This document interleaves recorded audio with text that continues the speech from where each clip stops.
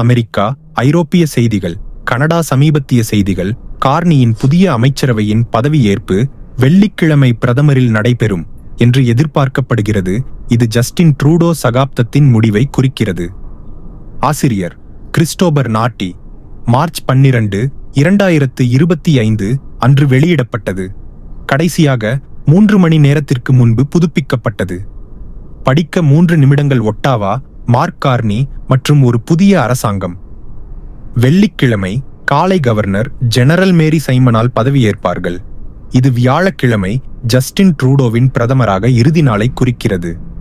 தற்போதைய 37 உறுப்பினர்களை விட குறைவாக இருக்கும் என்று எதிர்பார்க்கப்படும் கார்னியின் புதிய அமைச்சரவையின் பதவியேற்பு அவர் பதவியேற்ற உடனேயே நடைபெறும். கனடாவின் 24வது பிரதமராக கார்னி காலை 11 மணிக்கு பதவியேற்கும் போது புதன்கிழமை ட்ரூடோவின் 9 ஆண்டுகால பிரதமரின் பதவிக்காலம் முடிவடையும் என்று ரிடோஹால் கூறினார். ஐரோப்பிய ஒன்றியம். சமீபத்திய முக்கிய செய்திகள்.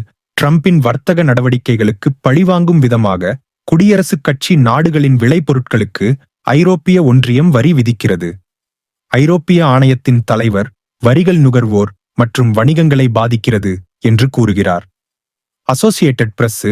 கடைசியாக புதுப்பிக்கப்பட்டது மார்ச் 12, 2025 அன்று காலை 4:39 படக்கப்பட்ட 12 ஐரோப்பிய ஒன்றிய உறுப்பினர்களின் சார்பாக வர்த்தக மற்றும் வணிக தகராறுகளை மேற்பார்வையிடும் ஐரோப்பிய ஆணையம் உர்சுலா வான் டெர் லேயன் தலைமையில் உள்ளது. ஐரோப்பிய ஒன்றியம் புதன்கிழமை அமெரிக்கா மீது புதிய வரிகளை விதித்து பதிலடி கொடுத்தது. இறக்குமதிகள். ட்ரம்ப் நிர்வாகம் அனைத்து எஃகு மற்றும் அலுமினிய இறக்குமதிகள் மீதான வரிகளை 25% உயர்த்திய சில மணி நேரங்களுக்குப் பிறகு. உலகின் மிகப்பெரிய பொருளாதார கூட்டமைப்பு அமெரிக்காவிற்கு எதிர்பார்த்து தயாராக இருந்த போதிலும் கட்டணங்கள் நடவடிக்கைகள் ஏற்கனவே நெருக்கடியில் உள்ள அட்லாண்டிக் கடல் கடந்த உறவுகளை இன்னும் கடுமையாக பாதிக்கின்றன. வாஷிங்டன் கடந்த மாதம் ஐரோப்பாவிற்கு ஒரு எச்சரிக்கையை வெளியிட்டது. இறுதியில் அது அதன் சொந்த பாதுகாப்பை கையாள வேண்டியிருக்கும். பார்த்ததற்கு நன்றி.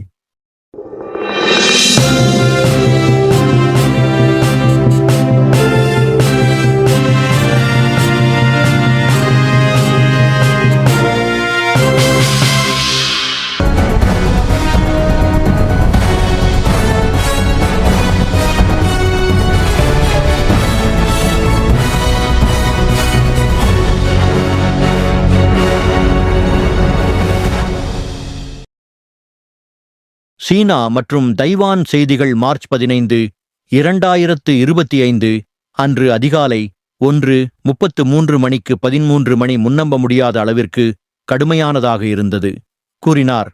சீனாவின் சட்டவிரோத, ஆத்திரமூட்டும், வற்புறுத்தும் மற்றும் ஆபத்தான நடவடிக்கைகள் பிராந்திய ஸ்திரத்தன்மையை பாதிக்கக்கூடிய வகையில் ஒருதலைபட்சமாக நிலைமையை மாற்றுவதை நோக்கமாக கொண்டுள்ளன. இதில் புறக்காவல் நிலையங்கள் மற்றும் நிலமீட்பு, இராணுவ பயன்பாடு உட்பட தொழில்மயமாக்கப்பட்ட ஜனநாயக நாடுகளின் குழுவின் உயர்மட்ட இராஜதந்திரிகள் ஒரு அறிக்கையில் சீனா கடல்சார் பாதுகாப்பிற்கு ஆபத்தை விளைவிப்பதாகவும் G7 உறுப்பினர்கள் ஆணவம், பாரபட்சம் மற்றும் தீங்கிழைக்கும் நோக்கங்கள் நிறைந்தவர்கள் என்றும் கூறினர். சனிக்கிழமை வெளியிடப்பட்ட அறிக்கையில் பழிவாங்கும் அச்சுறுத்தல்கள் எதுவும் இல்லை என்றாலும் சீனாவின் வழக்கமாக அடங்கும். அமெரிக்க செய்திகள். சீனாவிற்கு உய்குர்களை அனுப்பியதற்காக தாய்லாந்து அதிகாரிகள் அமெரிக்காவின் தண்டனைகளை எதிர்கொள்கின்றனர். நாடு கடத்துவதற்கான முடிவை ஆதரிக்கிறது. ஒரு மிக முக்கிய நாடுகடத்தலில் ஈடுபட்டுள்ள அதிகாரிகளுக்கான விசாக்களை மட்டுப்படுத்துவதாக அமெரிக்கா அறிவித்த போதிலும் தாய்லாந்து நாடு கடத்துவதற்கான முடிவை ஆதரிக்கிறது. 2014ஆம் ஆண்டில் சீனாவிலிருந்து தப்பிச் செல்லும் 300க்கும் மேற்பட்ட உய்குர்களை தாய்லாந்து அதிகாரிகள் கைது செய்தனர்.